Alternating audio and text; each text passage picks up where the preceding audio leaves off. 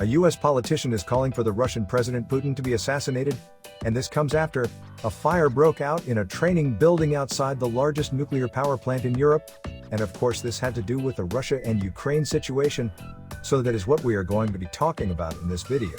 But before I continue, please make sure you hit the like button, subscribe if you have not done so, and turn on the notification bell to stay up to date.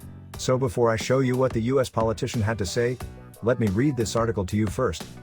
So it reads, a fire broke out in a training building outside the largest nuclear power plant in Europe during intense fighting between Russian and Ukrainian forces, Ukraine State Emergency Service said on Friday. U.S. Energy Secretary Jennifer Granholm said there was no indication of elevated radiation levels at the Zaporizhzhia plant, which provides more than a fifth of total electricity generated in Ukraine.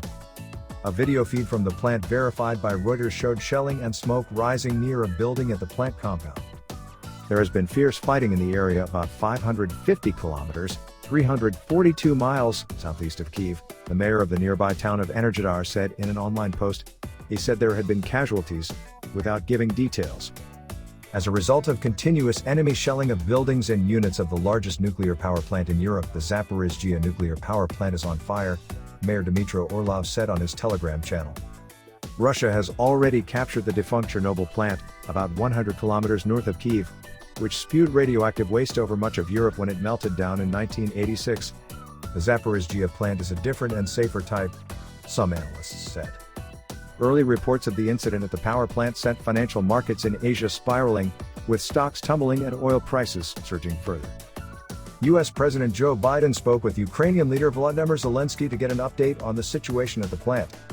President Biden joined President Zelensky in urging Russia to cease its military activities in the area and allow firefighters and emergency responders to access the site, the White House said.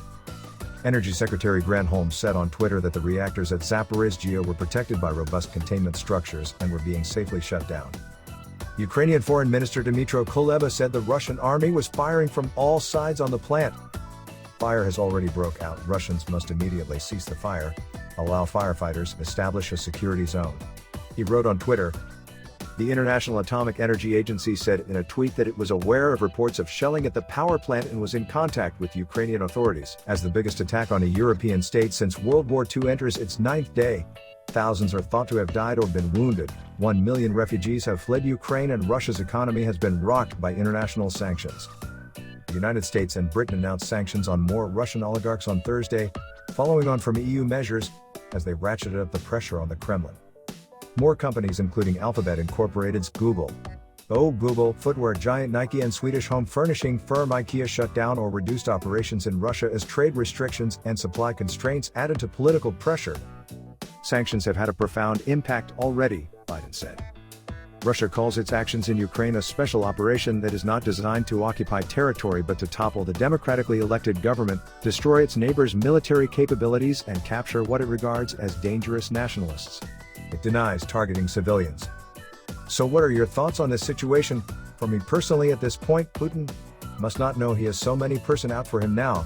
But let us get to the post that the US politician made, and this is coming from Senator Lindsey Graham. And it says, is there a Brutus in Russia?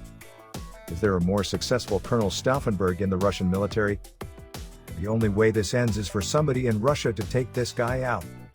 You'll be doing your country and the world a great service.